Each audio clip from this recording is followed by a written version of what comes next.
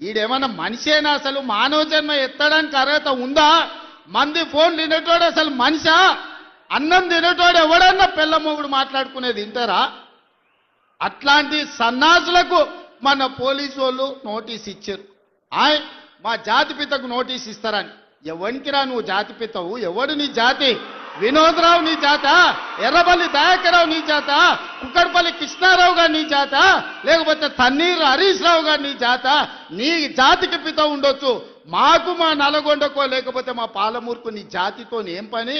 నీ జాతి ఏంది? నీ నీతేంది? నీలాంటోడు జాతి పితయి పిల్ల మొగుడు జోలి పెట్టుకుంటే కూడా ఫోన్ లేనే సన్నాసి నువ్వు జాతి పితవంటే ఎవడన్నా ఉంటే ఆత్మహత్య చేసుకుంటాడు. బాయిలో దుంకి చచ్చిపోతారు. సిగ్గుతోని తల వంచుకోవాలి.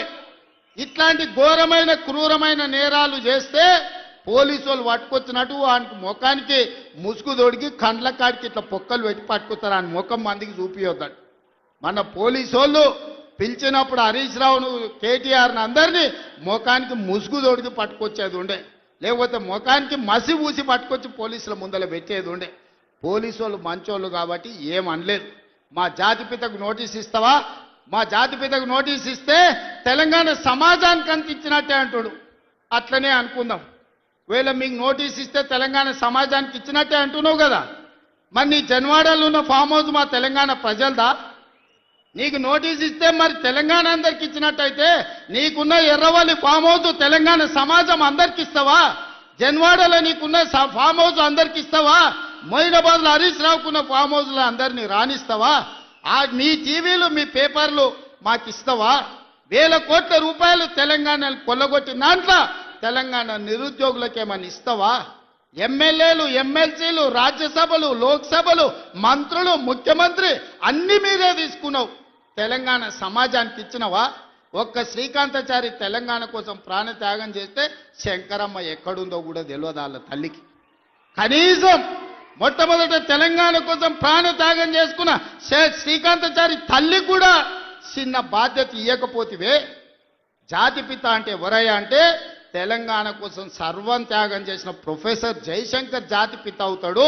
లేకపోతే ఆంధ్రప్రదేశ్లో పార్టీ చచ్చిపోయినా, తెలంగాణలో అధికారం కోల్పోయినా, కేంద్రంలో ప్రభుత్వం పోయినా పర్వాలేదు అని తెలంగాణ రాష్ట్రం ఇచ్చిన సోనియమ్మ తెలంగాణ తల్లి అయితే తప్ప నీలాంటి దోపిడీదారుడు, దొంగ, లుచ్చ నువ్వెట్లా జాతిపితమవుతావని నేను అడగదలుచుకున్న. మిర్యాలగూడ నుంచి సిగ్గులేని మాటలు మాట్లాడతారు.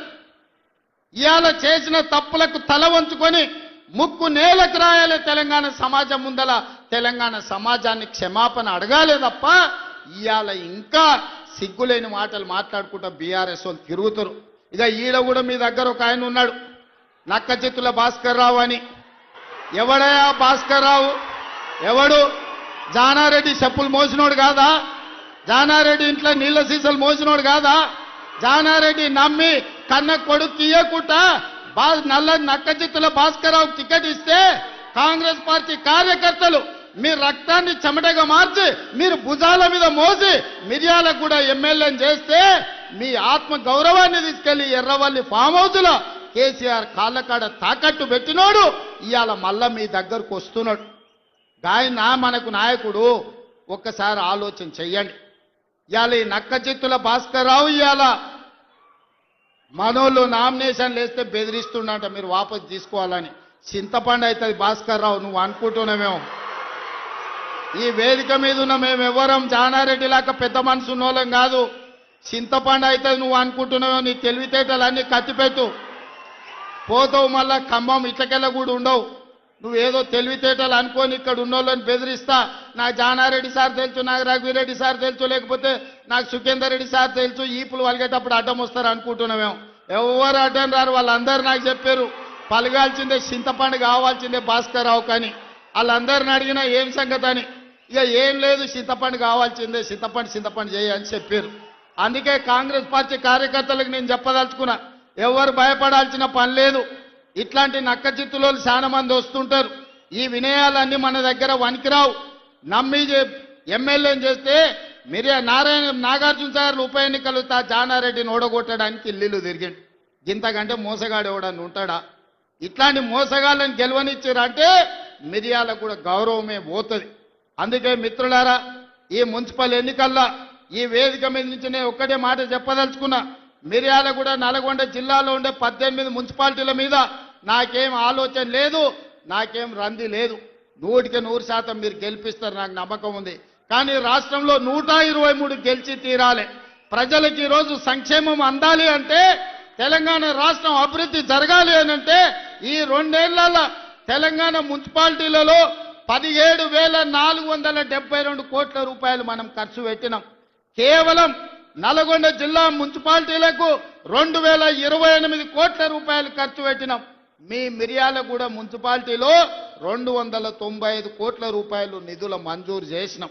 ఇవన్నీ మీ సమస్యలకు పరిష్కారం సరిపోతాయంటే సరిపోవు. భవిష్యత్తులో వేల కోట్ల రూపాయలు తీసుకొచ్చి మీ మున్సిపాలిటీలను అభివృద్ధి చేసే బాధ్యత నాది. మున్సిపల్ శాఖ నా దగ్గరనే ఉంది. స్వయంగా నేనే పర్యవేక్షిస్తున్నా. మీ మిర్యాలగూడానికి ఏం కావాలనో, నల్గొండ మున్సిపల్ కార్పొరేషన్కి ఏం కావాలనో, నాగార్జున సాగర్ల ఇండ్ల పట్టాలు ఇచ్చారు, కొన్ని పెండింగ్ ఉన్నాయి. జయవీర్ వచ్చి నాకు చెప్పిండు, ఎన్నికలు అవ్వంగానే మీ నాగార్జున సాగర్లో ఉన్న మున్సిపాలిటీ నందికొండలో ఉన్న ఇండ్ల పట్టాల సమస్యను కూడా ఇవాళ పరిష్కరించే బాధ్యత మన ప్రభుత్వం తీసుకుంటుంది. అందుకే ఇవాళ వడ్డించేటోడు మనోడు ఉన్నాడు, కానీ అడిగేటోడు కూడా మనోడు ఉండాలి. ఎవడన్నా అవతలోడు ఉంటే మంత్రులను అడగడు, మంత్రుల దగ్గరికి ఓడు. మనోడై ఉండాలి, మంత్రుల దగ్గరికి పోయేటోడు ఉండాలి. వెనకటికి పెద్దోళ్ళు చెప్పారు, మట్టి పనికి పోయినా ఇంటోడే పోవాలని. మరి ఇవాళ మీ మున్సిపాలిటీలు గెలవాలంటే కౌన్సిలర్లు, కార్పొరేటర్లు మనోళ్ళు ఉండాలి. అందుకే ఆలోచన చేయండి. 2 ఏళ్లే పూర్తి అయింది, ఇంకా 8 ఏళ్ళు మనమే అధికారంలో ఉంటాం. ఈ 8 ఏళ్లల్లా మీ మున్సిపాలిటీలను అద్దమోలే తీర్చిదిద్దే బాధ్యత మనం ప్రభుత్వం తీసుకుంటుంది. పక్కనే మా పద్మక్క ఉన్నది, కోదాడల ఏకగ్రీవం చేపించింది. పద్మక్కను మనస్ఫూర్తిగా నేను అభినందిస్తున్నా. ఇవాళ మున్సిపాలిటీలలో మన ఎన్నికల్లో మనం గెలవాలి. మనం ఈ గెలిస్తే పేదవాడు గెలిచినట్టు.